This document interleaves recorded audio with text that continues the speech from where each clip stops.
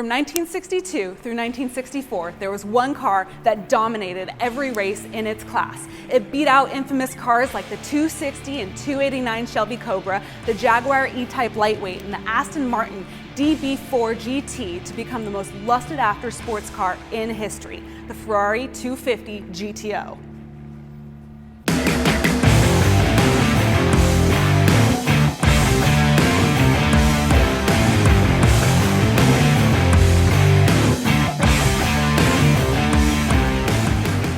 My name is Colleen Sheehan here at Ferraris Online, and I'd like to dive into a bit of history on the GTO to tell you exactly what makes this car so iconic.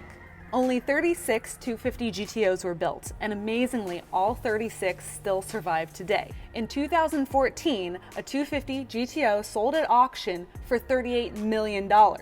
Then, in 2018, another GTO sold for $48.4 million, the highest sales price of a car in auction history. Last year, another GTO sold on the private market for a reported $60 million.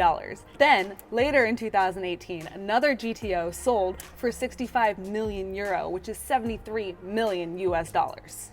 People may argue that other cars, such as the 1955 Mille Miglia winning Mercedes-Benz, are the most expensive cars in the world because that car in particular was appraised for over $100 million. However, that car resides at the Mercedes-Benz Museum and is not for sale. So even though it was appraised at $100 million, it's never sold for that. The only car to trade hands for $73 million has been the Ferrari 250 GTO, making it undoubtedly the most expensive car in the world. The 250 GTO is an evolution of the 250 Testarossa and the 250 SWB. The 6-carb, 3-liter V12 engine was equipped with a dry sump system, giving it 300 horsepower back when 300 horsepower was massive. Stabilization was added using a Watts-Link rear suspension, and it went from a 4-speed to a 5-speed gearbox. The 5-speed exposed metal gate became a Ferrari tradition that is still used in modern cars today, such as the manual 599s and 458s. The interior is very minimalistic. It lacks things like a headliner, carpets, and a speedometer, and it shows its true racing intentions with lightweight cloth seats instead of the traditional leather you've come to expect from Ferraris. The GTO has a very aerodynamic body. It has a long, low, swooping nose and a built-in rear spoiler. Nowadays, a built-in rear spoiler seems kind of obvious, but back in the 60s, it was revolutionary. Of the 36, 33 had the original Series 1 body style, and 3 had a slightly modified Series 2 body style. There was also 2 330 GTOs built.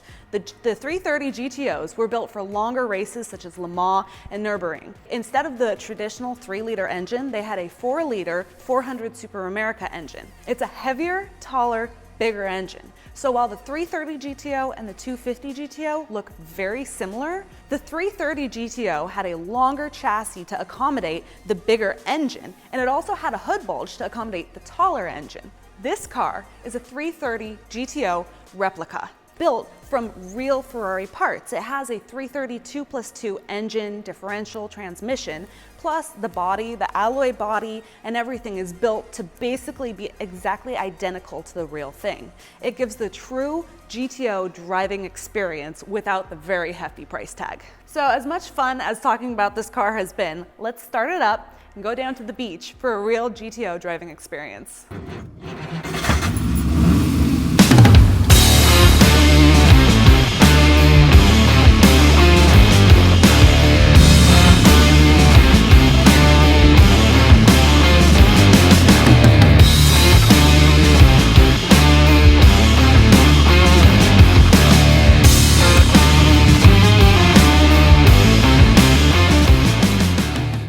I hope you guys enjoyed Ferraris Online's first YouTube video. If you did, please subscribe to our channel and stay tuned for a lot more videos we have coming out in the near future.